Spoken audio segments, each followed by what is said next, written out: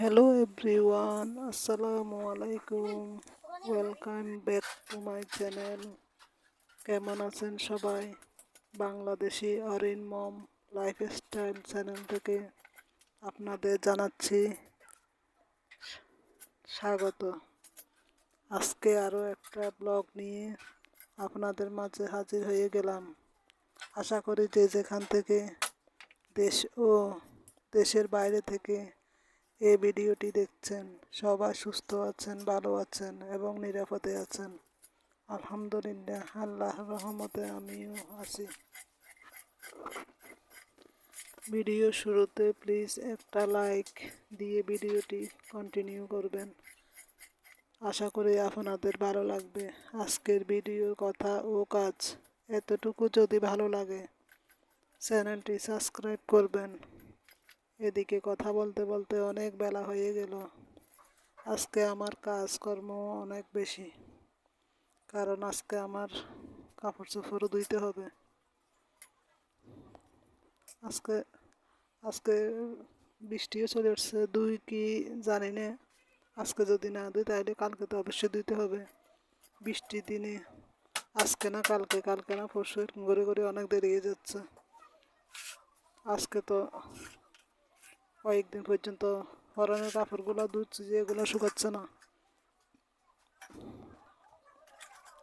কালকে সকাল সকাল দেখি ধুই দিব সব কিছু।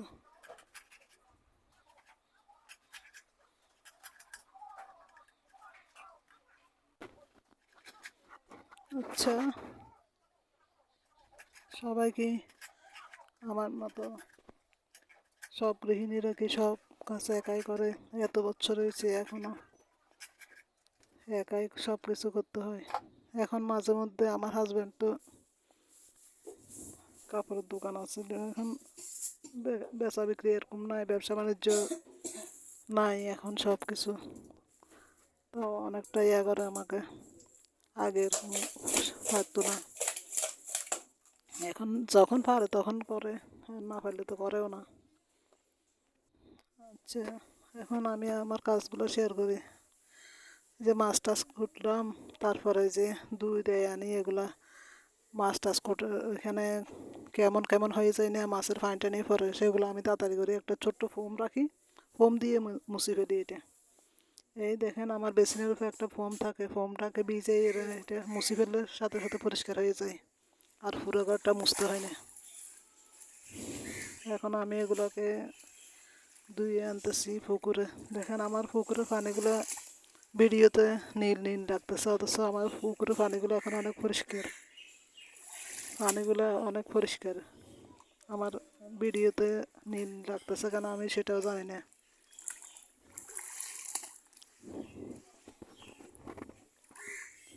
আমি যখন পারি তখন পুকুরে ইয়া করে, আর না হলে ঘরে বৃষ্টির সময় যাইতে না পারলে তখন ঘরে করি, না হলে পুকুরেই করি।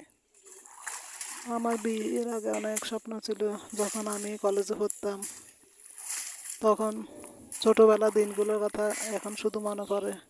যখন একা থাকি তখন কতই না ভালো ছিল, কোনো কাজকর্ম করতে হইতো না।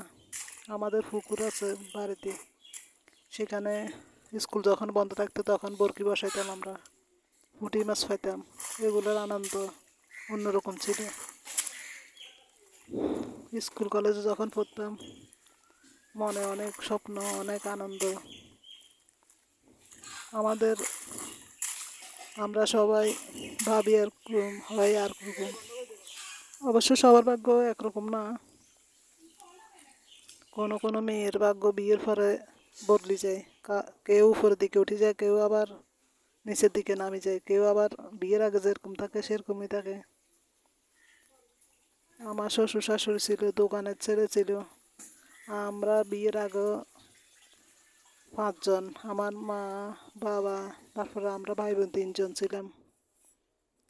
আর কাজের মানে কি মহিলারা তো, মেয়ে থাকতো, মহিলারা আমাদের এখানে গ্রামের বাড়িতে অনেকে কাজ করতো, যে যখন পারে তখন করতো। একটা মেয়ে ছিল তখন সবসময় থাকতো, কিন্তু এখানে সে সুযোগ সুবিধা আমি পাই নাই। আমার বাপের বাড়িতে কাজের মেয়ের অভাব নাই, সবার ঘরে ঘরে কাজের মেয়ে থাকে। ওরা নিজের ঘরের মতো, আমাদের নিজের ফ্যামিলির মতো আমরা ব্যবহার করি ওদের সাথে, আমাদের পরিবারের সবাই। এখানে আসি, আমি আগে আগে তরকারি কোটার সময় হাত কাটে ফেলতাম। যখন বিয়ে হয়েছে নতুন নতুন, তখন আমি এখানে তরকারি কাটলে হাত কাটে ফেলতাম। আর এখান কত কাজ যে একা হাতে করতে হয়। আমার আঙ্গুল একটাতে, বুড়া আঙ্গুলের নখের সাথে কি জানি জ্বালা পোড়া করে ঈদের পর থেকে। উপরে কিচ্ছু বুঝতেছি না, ভিতরে জ্বালা পোড়া করে, ব্যথা করে কুটা বাছা করার সময়। সেজন্য আজকে কতদিন পর্যন্ত আমার সমস্যা হচ্ছে কুটা বাছা করার সময়। আমার যে বৃদ্ধা আঙ্গুলের উপর দিকে জলে, তারপরে ব্যথা করে, দোয়া ফেলা করার সময়, কুটা বাছা করার সময় সমস্যা হয়। ঈদের পর থেকে হচ্ছে, যে এগুলো আগে হয়নি।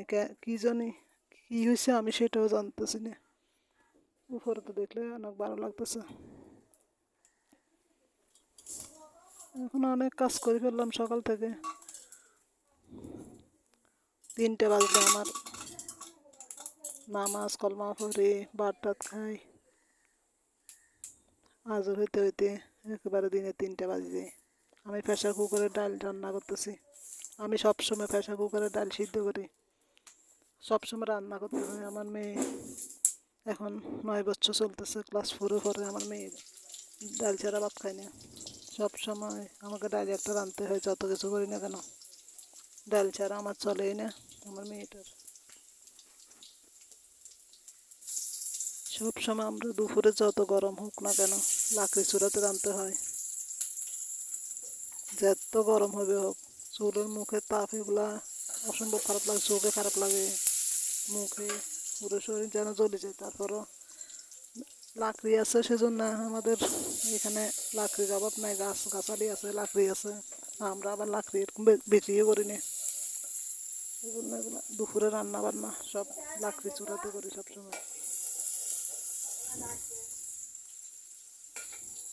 গরম পড়তেছে মা, বলার মতো না। আপনারা আমার লাকড়ি চুলাতে রান্নাগুলো সবসময় দেখেন, এগুলো দেখে কিছু মনে করিয়েন না। দুপুরে আমরা লাকড়ি চুলাতে রান্না করি।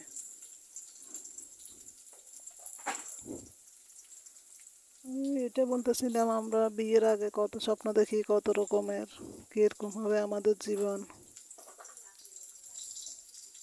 সব মেয়ে কিন্তু ভাগ্য এক করে নিয়ে আসে না। কোনো মেয়ের স্বামী মাসের শেষে বেতন স্ত্রীকে দিয়ে দেয়, এমনও আমি দেখছি। আবার কোনো কেউ দেয় না, নিজেরাই সব কিছু সামলে, সেটাও দেখছি। আমার স্বামী সব কিছু নিজেই করে, আমাকে করে, সেটা আমার ভালো লাগে। আমার এত বোঝা নিতে ইচ্ছে করে না। বিয়ের আগে আমি সিঁড়ে কাম শিখছিলাম, সিঁড়ে কাজ এগুলো শিখছি আমার মেট্রিক পরীক্ষা দেওয়ার পরে। তারপরে যে বিয়ের কিছুদিন আগে আমি তো জানতাম না যে আমার এত তাড়াতাড়ি বিয়ে হয়ে যাবে। আমি টেলারিং, সিলাই মেশিনে জামা, শাড়ি সব কিছু, এমব্রয়ডারি কাজও শিখছি, করছিও। মনে হয় 12টার মতো শাড়িতে করছিলাম কাজ। বেডশিটে করছিলাম 2টা বেডশিট, 4টা বালিশের কভার, আর এমনি টিভির কভার, এগুলো আর কি। আমার পাঞ্জাবি, আমার মামারদের পাঞ্জাবিতেও আমি খুব সুন্দর সুন্দর করে করে কাজ করে দিয়েছিলাম। আমার মামিরা মেশিন করে করে সুতাগুলো আনতো, আঁকি টাকি সব কিছু রেডি করে, মানে কি আমি খুব সুন্দর করে করে এর পাঞ্জাবিগুলো করতাম। আমার বড় মামার, মেজো মামার। কিছুদিন আমার নানা বাড়িতে আসছিলাম মনে হয়, সেখানে তাকে এগুলো করছি। আমার বড় মামিরও মেশিন ছিল, মেজো মামিরও মেশিন ছিল। ওরা কিছু করে না, ওরা এগুলো সব বিক্রি করে ফেলছে, এখন নেই। তখন ছিল, কিন্তু কিচ্ছু করে না ওরা। আমাকে আমাকে দিয়ে আমি শিখছি, আগ্রহ করে শখ করে মামার পাঞ্জাবিতে করাইছিল কাজ।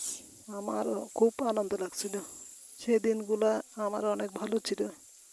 আমার নানা বাড়ি এসেছিল শহরে, আর আমার গ্রামের বাড়ি এসেছিল, নিজস্ব বাড়ি এসেছিল গ্রামে।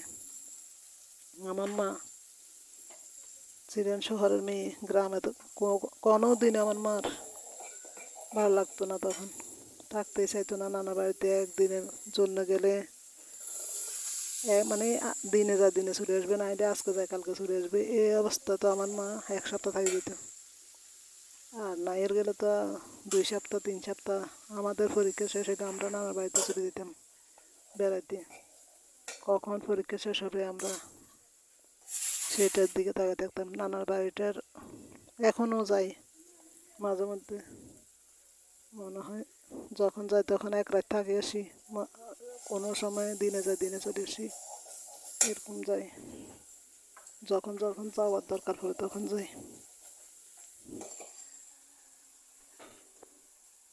নানার বাড়ির আদরটাই আলাদা না? মানে আপনারা আপনাদের ছোটোবেলা দিনগুলো নিশ্চয় আমাদের মতো ছিল।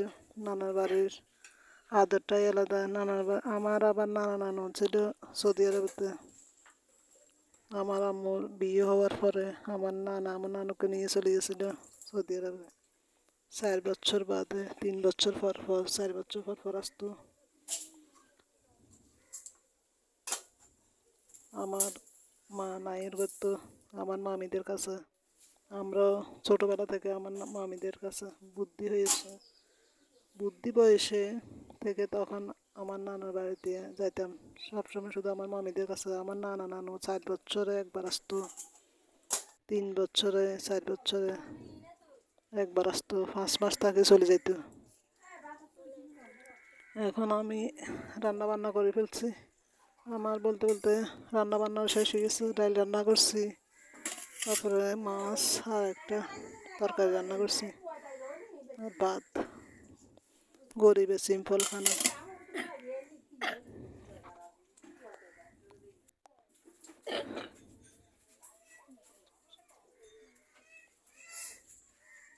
এগুলো দেখি আপনারা হাসিয়েন না, আমার রান্না বান্না দেখি। আমি বিয়ের আগে কিছু জানতাম না, বিয়ের পরে সব কিছু আমি। এমনও দিন গেছে আমার, আমার ননদ আমাকে দেখছে যে শাক বাজি করতে, তরকারি যেরকম রান্না করে আমি শাক বাজি করতাম যেতে এরকম, তরকারিতে যেরকম সব কিছু দেয় আমি শাকও বাজি করতাম যে এরকম। আমার ননদ দেখি আমাকে হাসতে হাসতে, তখন আমার ননদ আমাকে শিখে দিছে কীভাবে যে শাক রান্না করতে হয়, শাক বাজি করতে হয়। এটা আমার ননদ শিখে দিছে। আমি তো জানতাম না কীভাবে শাক রান্না করতে হয়। এখন দেখছেন